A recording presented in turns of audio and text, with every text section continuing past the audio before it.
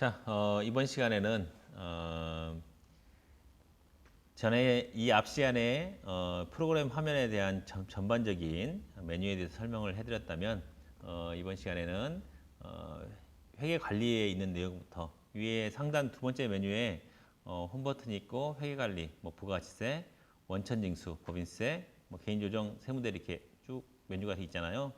그 중에서 회계 관리에 있는 메뉴들부터 하나씩 배워보도록 하겠습니다.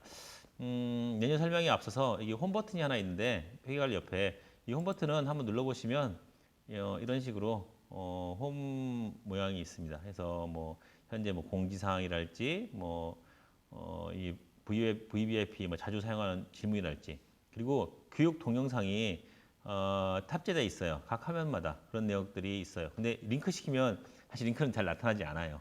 아직까지 체제가 제대로 되어 있지는 않아요. 이런 내용이 나타나고 그 중에서 회계관리 중에 회계관리 탭 중에 여러 개가 있었죠. 이게 물론 여기 휠 마우스로 이렇게 돌리면 돌아간다 그랬죠.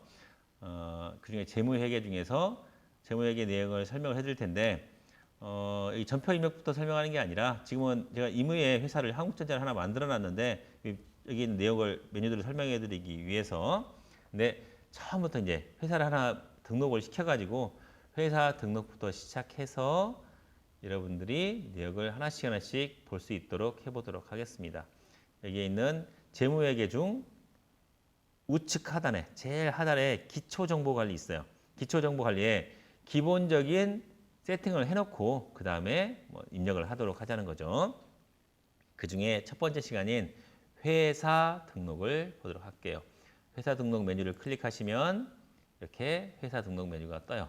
이 중에서 이제 의무적으로 한국전자를 설명을 만들어 놨는데 우리가 기왕에 책에 있는 내역을 참조해 가지고 한번 봐봅시다. 그래서 우리가 책에 있는 뒤에 문제풀이에 있는 회사를 하나씩 입력하면서 내용을 배워보도록 하자고요. 자, 여러분들 그 교재 보시면 361페이지에 회사 등록부터 있어요. 회사 등록부터 보시면서 하자고요. 자, 회사 등록 한번 보시면 우리가 회사를 등록할 때 기본적으로 기본 사항들이 있지만 여기 나온 것처럼 회사 등록 사항에서 뭐가 있어요? 기본적인 설명과 사업자 등록증이 있죠. 사실 여러분들이 회사를 등록시키기 위해서는 이런 기본적인 사업자 등록증이랄지 혹은 법인 같은 경우에는 법인 등기부 등본이랄지 이런 내역들이 필요해요. 그래서 그걸 가지고 회사 등록을 하는 거예요. 그러니까 회사 등록사항을 보시면 잠깐 보시면 알겠지만 기본사항에 11번 회계연도부터 시작해서 25번 세무 담당자까지 굉장히 많은 정보를 입력하게 돼 있어요. 그리고 더군다나 추가사항 해가지고 추가사항 내역을 입력하도록 돼 있고 그리고 여기 뒤에는 이제 마지막 탭은 개인정보 제공 동의서인데 이거는 이제 개인정보 제공에 따라서 개인정보 내용에 따라서 나오는 거니까 여기는 이제 일괄적으로 만들어진 거니까 별 내용이 없지만 기본사항과 추가사항에 많은 내용들을 입력을 해야 돼요. 그만큼의 회사에 대한 정보를 가지고 있어야 되는 거죠.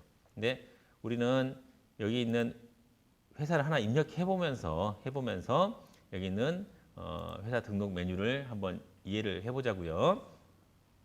먼저 등록을 하고 난 다음에 그 다음에 내역을 설명을 해드리도록 하겠습니다. 책에 보니까 문제 뭐라고 돼 있어요? 101번에다가 회사 코드 101번으로 등록하시오라고 돼 있어요. 101번으로 등록하래요. 세무사랑 사업자 등록증인데 101번으로 회사를 등록하라고 했기 때문에 주식회사 세무사랑에 대해서 101번을 한번 등록을 한번 해봅시다. 코드는 몇 번이다? 101번이다. 근데 코드는 아래 보시면 알겠지만 잠깐만 보시면 이렇게 코드 번호는 설정을 지금 코드 번호는 우리가 1번부터 시작해서 이 끝날 때까지 할 수 있어요. 이게 1번부터 시작해가지고 1번이면 101번부터 입력이 가능해요. 101번부터 시작해가지고 이게 네 자리에 있는 9999까지 이렇게 가능해요. 그러니까 우리가 입력 가능한 범위는 몇 번이다? 1번이라고 치지만 이게 101번이 되는 거예요. 그러니까 101번부터 시작해서 101번부터 시작해서 9,999번까지 가능하다는 거죠. 회사 등록 가능한 게. 그러니까 우리는 101번 가장 기본이 되는 101번부터 시작해서 해봅시다. 해서 했더니 여기는 이 회사는 뭐예요? 주식회사 세무사랑이에요. 세무사랑. 법인이냐 개인이냐 봤더니 주식회사이기 때문에 법인이 되겠죠. 그러면 1번 법인이고 사용 미사용 여부가 나오는데 우리가 이걸 가지고 사용할 거니까 사용을 하는 거예요. 0번 사용 누르는 거예요. 그러면 그럼 미사용은 뭡니까? 라고 되어 있는데 미사용은 기존에 이제 사용을 했었는데 그 회사가 우리한 폐업을 했다든지 그리고 그 회사가 뭐 우리 회사가 세무대리인이 바뀌었다든지 그런 식의 경우에 이 데이터를 삭제시켜도 되지만 삭제시키면은 내용을 아예 볼 수가 없기 때문에 여기 미사용으로 놔둬서 일정 기간 동안은 검색은 안 되지만 우리가 볼 수 있게 하려면 미사용을 하는 경우가 필요하겠죠. 그래서 우리가 근데 현재 액티브하게 쓰고 있는 회사라면 사용을 클릭하셔서 혹은 사용의 0번을 누르면서 하시면 되겠습니다. 1번은 이제 기본 사항 중에 1번을 입력하는데 회계연도를 입력해야 돼요. 회계연도는 몇 기냐? 회계하는 것은 회계연도 중에 몇 번째 회계연도냐라는 걸 물어보는 거죠. 그리고 몇 년부터 몇 월까지를 그 기간은 언제냐를 물어보는 거죠. 봤더니 회사는 회사 등록상을 보니까 뭐 이게 가정돼 있지는 않지만 회사의 등록사항이 1월 1일부터 12월 31일까지를 회사의 회계연도로 하자는 암묵적인 그냥 가정하에 하는 거예요. 제가 그냥 기본적인 형태니까. 그리고 개업연월이 보니까 개업연월이 2007년 1월 1일부터 개업했어요. 그러면 지금 현재 2016년도에 지금 우리 이제 회계연도가 지금 2016년도 걸 입력하잖아요. 그러니까 2016년도면 몇 기겠어요? 2007년도가 1기였기 때문에 2007년부터 7, 8, 9, 10, 11, 12, 13, 14, 15, 16. 딱 올해가 10기 되겠네요. 10기. 10번째 회계연도예요. 왜냐하면 1년씩 가정했기 때문에.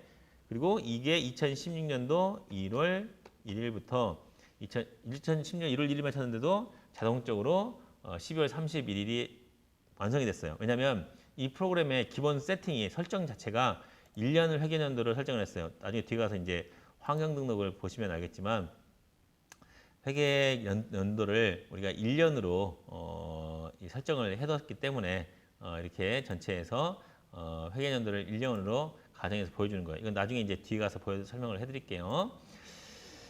자, 그리고 이제 자동 완성돼서 1월 1일 쳤더니 1년을 세팅을 했으니까 12월 31일까지 되는 거죠. 혹시라도 근데 1년 미만 법인이다라고 한다면 이거 수정을 해주셔야 돼요. 여러분들 반드시 기수도 잘 보시고 하셔야 되고 연도를 찾으시고 그 다음에 사업자 등록번호 보니까 사업자 등록번호가 몇 번이에요? 105-87-51159 돼 있네요.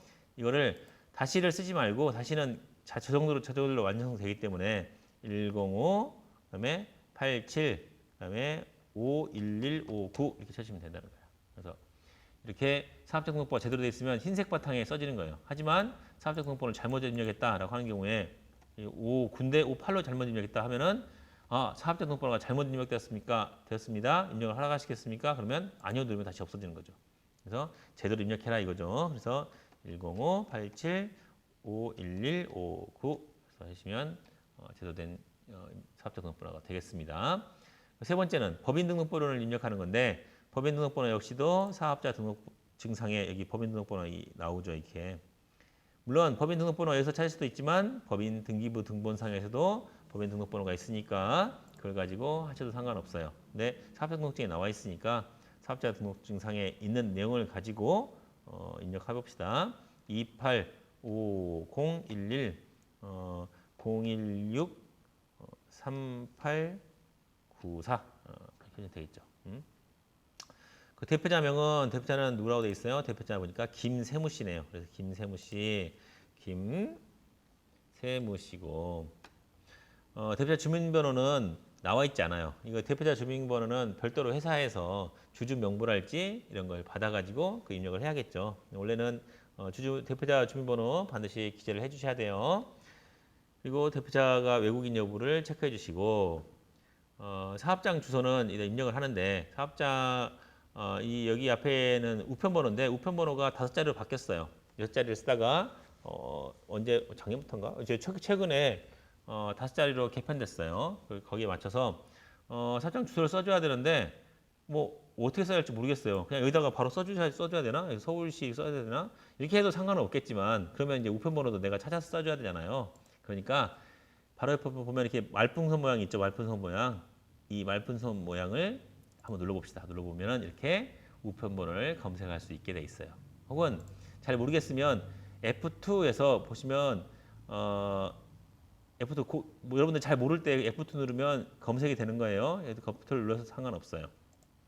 말풍선을 누르든지 아니면 F2를 눌러서 본다는 거예요. 그래서 말풍선 눌러가지고 봤더니 회사명이 어떻게 있어요? 회사가 사업장 소지가 본점 소지가 같죠? 본점이라는 거죠. 그러니까 서울시고 영등포구 버드나루로 135번지예요. 그러니까 입력할 때 혹시 버드나루로인데 버드나무로 잘못 쓰면은 검색이 안 돼요. 그러니까 버드나루로 해서 한번 검색해 봅시다. 그래서 서울특별시고 버드나루로 135를 검색하시면 이렇게 이렇게 회사가 검색이 되는 거죠. 그래서 위에 클릭하시면 되겠죠. 응? 여기 사업장 주소지를 입력했더니 본점 주소지로 입력이 돼 있어요. 본점이니까 똑같으니까 상관없는데 예를 들어 이제 이게 본점이 아니다라고 한다면 이 지점 주소가 나올 테고 여기는 본점 주소를 별도로 입력해 주셔야겠죠. 자, 10번까지 본점 주소까지 입력이 돼 있으면 이제 업태로 가는데 업태는 어디에 있어요? 사업자 등록증상에 업태 서비스 종목은 소프트웨어 개발돼 있죠. 자, 보시면 여기서 업태에서 서비스 종목은 소프트웨어 개발 이렇게 해주면 되겠죠. 조업점 코드는 우리가 사실은 조업점 코드는 기준 경비율 책자를 보고 찾아야 돼요. 소프트웨어 개발에 뭐가 있는지. 근데 여기에 주어졌죠. 문제 어떻게 업종 코드는 722000으로 해라라고 주어져 있으니까 거기에 맞게 사실 우리가 다 찾아야 되는 거예요. 그래서 722000 해서 치면 소프트웨어 개발, 소프트웨어 자문, 개발 및 공급 이렇게 돼 있잖아요. 그렇구나라고 하시면 되고 11번 사업장 전화번호는 알면 쓰면 되는데 문제에 주어지지 않았으니까 넘어가시면 돼요. 엔터로 팩스 번호 역시도 넘어가시면 되고 엔터 치면 돼요. 법인 구분은 봤더니 법인 구분은 뭐였어요? 법인이 내국 법인이면서 중소기업이래요. 내국 중소기업이구나 라고 했는데 내국 법인의 의미는 뭐예요? 법인세법상에서 내국 법인과 외국 법인의 차이는 본점 소재지가 국내에 있으면 내국 법인이고 본점이 국외에 있으면 외국 법인이 되는 거예요. 그래서 여기 본점 소재지가 서울특별시 영등포구잖아요. 그러니까 여기는 내국법인에서 고르는 것 중에 1번 내국법인 고르면 되겠고 그다음에 중소기업이라고 했기 때문에 1, 2, 3, 4, 5번 중에서 어떻게 해요? 쭉 10번까지 있죠. 그중에서 어떻다? 중소기업이다. 골라주시면 되겠습니다. 그리고 15번에 중소기업 여부에 여로 돼 있어요. 지금은 굉장히 간단하게 중소기업 하는데 여러분들 여기 입력하실 때 조심하셔야 돼요. 반드시 잘 알아야 돼요. 그러니까 이거 중소기업 여부는 어디에 써 있는 게 아니에요.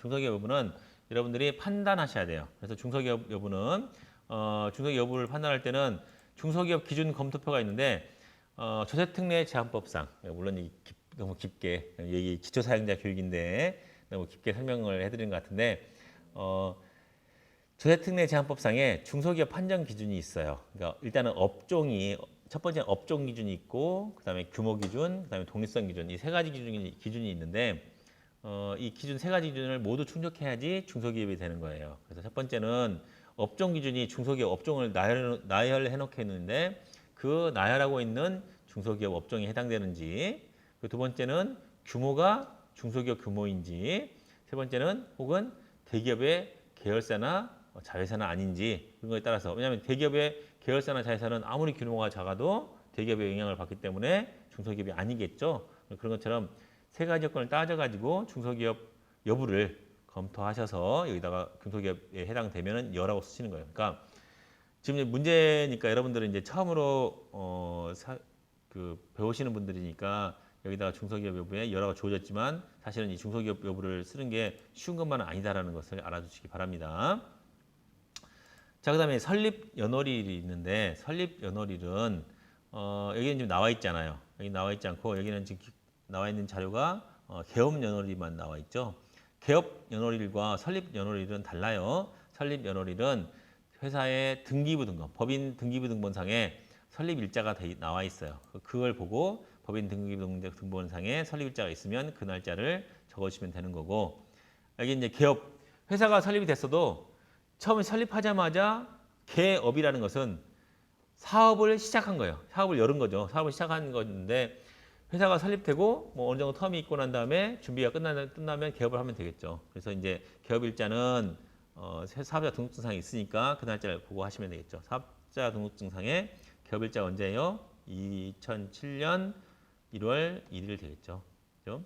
폐업 연월일은 폐업한 날짜니까 그리고 폐업일과 회사의 법인 같은 경우에 법인 해산일과는 청산이나 해산일과는 차이가 있어요. 폐업은 다만 업을 접은 것뿐이에요. 사업을 하지 않는 것뿐이에요. 그렇다고 해서 법인 자체가 사라진 건 아니에요. 왜냐하면 법인은 청산 등기를 함으로 인해서 법인이라는 실체가 사라지는 거예요. 그러니까 여기 폐업 연월일은 반드시 사업자 등록증상의 내역을 보시고 사업자 등록 폐업 신고를 한 날짜가 되는 거예요.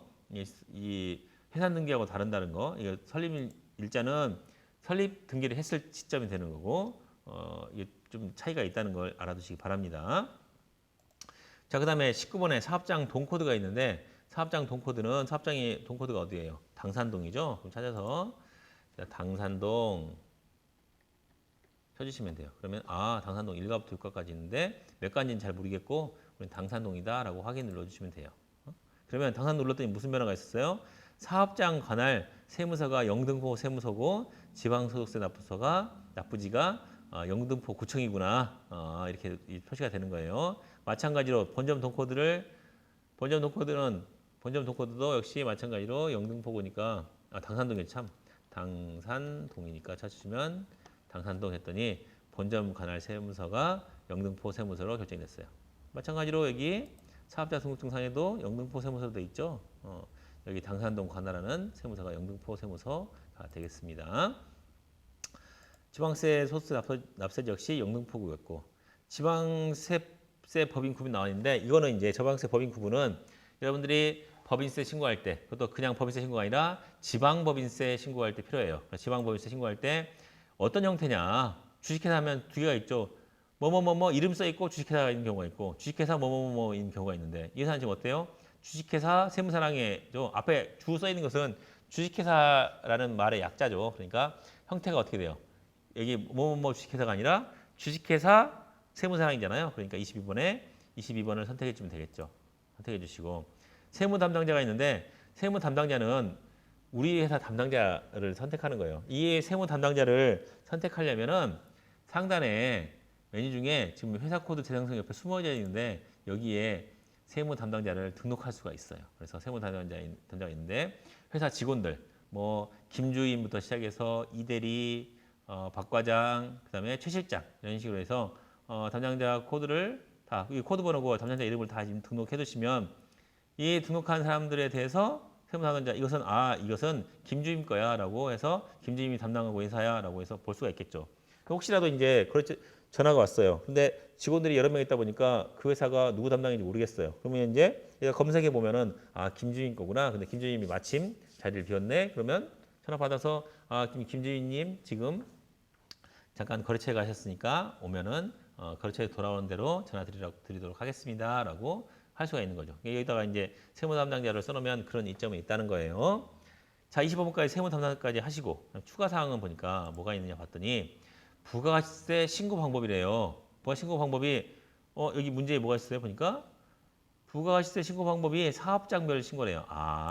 부가 신고를 사업장별로 하는구나. 근데 여러분들 부가세 공부를 하신 분은 아시고 뭐 모르시는 분은 모르시겠지만 부가세 신고는 사업장별 과세 원칙이에요. 그러니까 원칙은 부가 신고는 사업장별로 그러니까 한 사람이 혹은 한 회사가 여러 개의 사업체를 가지고 있으면 여기 사업장이 여러 군데 있으면 각각 그 사업장마다에서 신고를 해주셔야 돼요.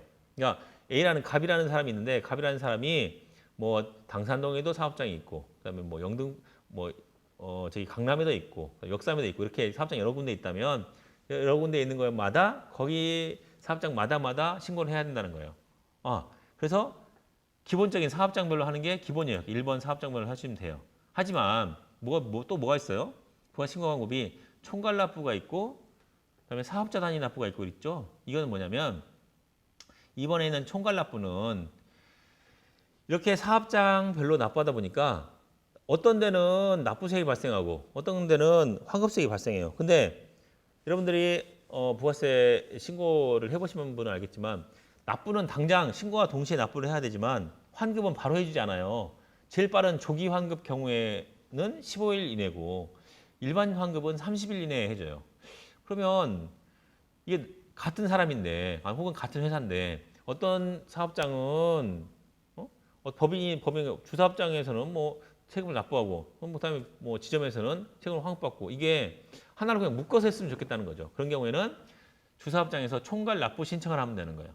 그러면 납부할 거 세액과 환급세액을 이렇게 더하기 빼기 해가지고 그 금액 중에서 납부할 세액만 납부하게 되는 게 총괄 납부예요.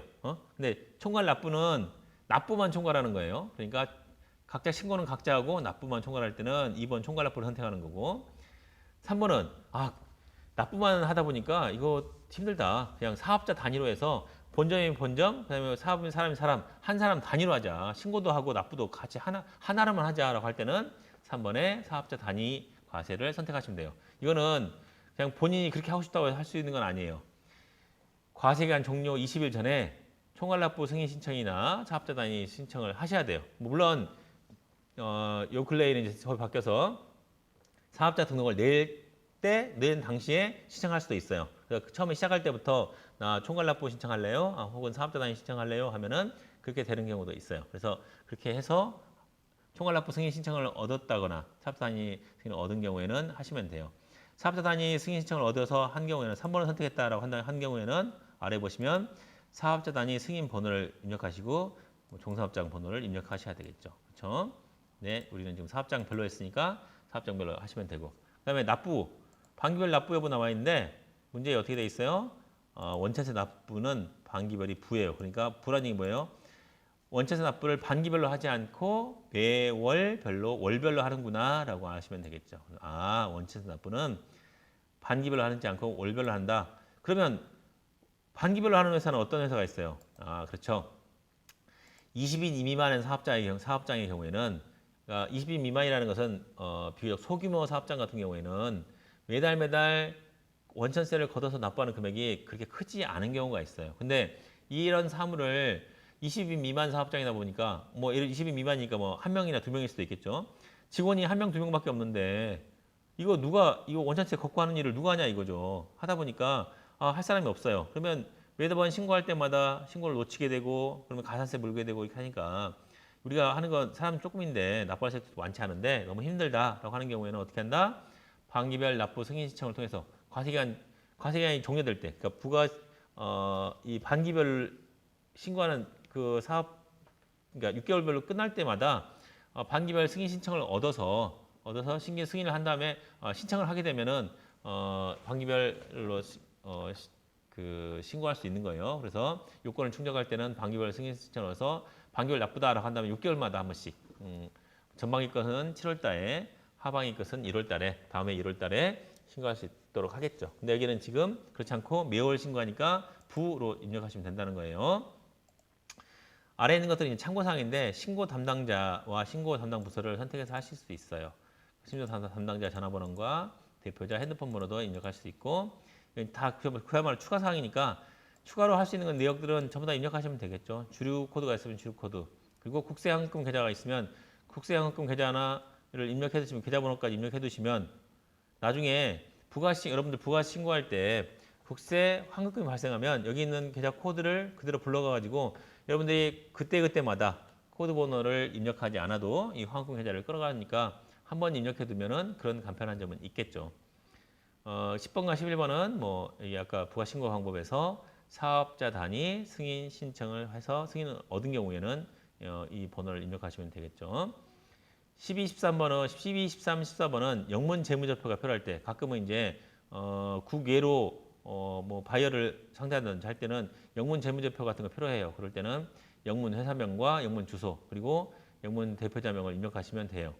그리고 프로그램 자체에서도 재무제표 같은 경우에 보시면 이렇게 예를 들어 손익계산서가 있다라고 한다면 손익계산서 같은 경우에도 지금 여기는 지금 뭐 아무것도 입력 안 되어 있으니까 되어 있지만 위에 보시면 영어 계정이라고 되어 있어요. 그래서 영어 계정을 누르면 이렇게 영어로 표시가 돼요. 그리고 출력할 때도 다 이걸 영어로 해서 할 수 있어요. 그래서 sales, 그다음에 뭐 cost of goods and sold 이게 돼 있으니까 영어 영문 재무제표가 필요할 때는 이걸로 하시면 된다는 거죠. 회사 유형도 그래서 영문을 입력해 주시면 영문 회사명으로 해가지고 발행이 된다는 거예요. 자, 뭐 그런 기능이 있습니다. 그리고 뭐 비밀번호, 여기 15번의 비밀번호는 비밀번호를 입력하시면 이 회사를 들어갈 때는 반드시 비밀번호를 알아야만이 회사를 들어갈 수가 있어요. 그 비밀번호 걸어주는 기능이에요. 그래서 아까 회사 변경에서도 회사 변경해서 눌러 들어갈 때도 예를 들어 다른 회사 들어갈 때 그 회사 들어갈 때 비밀번호 있으면 비밀번호 치라고 나와요. 그러니까 여러분들 비밀번호를 설정할 수 있다는 거예요. 근데 웬만하게 여러 사람이 같이 쓰는 것 같으면 비밀번호 걸으면 안 되겠죠. 그죠? 16번은 본점 여부. 본점 여부에서 방금 전에 세무사랑은 본점이었죠. 근데 본점이 아니고 지점이었다고 한다면 본점 여부에 부를 선택하시고 본점 회사가 다른 데 등록이 돼 있으면 본점 회사 코드를 링크를 시켜 놓으면은 나중에 주사업장 통과를 할지 사업자 단위 과세할 때 같이 묶어가지고 신고가 들어갈 수 있습니다. 여기는 이제 본점 여부를 체크하는 데고 본점 전화번호도 뭐 입력해 주면 좋겠죠. 그리고 수입 부가세 납부 유예 대상이면 대상을 쓰시고 열어 하시고 그 시작일과 종료일을 입력해 주면 되겠죠. 거기에 관련된 내용 되겠습니다. 옆에 탭은 이제 개인정보 동의인데 이거는 뭐 인쇄로 보시면 알겠지만 현재 회사 같은 경우에 입력하시면 이렇게 개인정보 제공 동의서에 체크해서 위에 회사 내용이 써지고 그다음에 이 회사 내용에 들어가서 뭐 사인 받을 수 있게 돼 있습니다. 우리 회사 이제 여기 세무 대리인이 돼 있으면 세무 대리인이 적혀져 나와요. 근데 아직 여기는 프로그램에 세무 대리인이 등록이 안 돼 있기 때문에 내용이 안 나오는 것뿐입니다.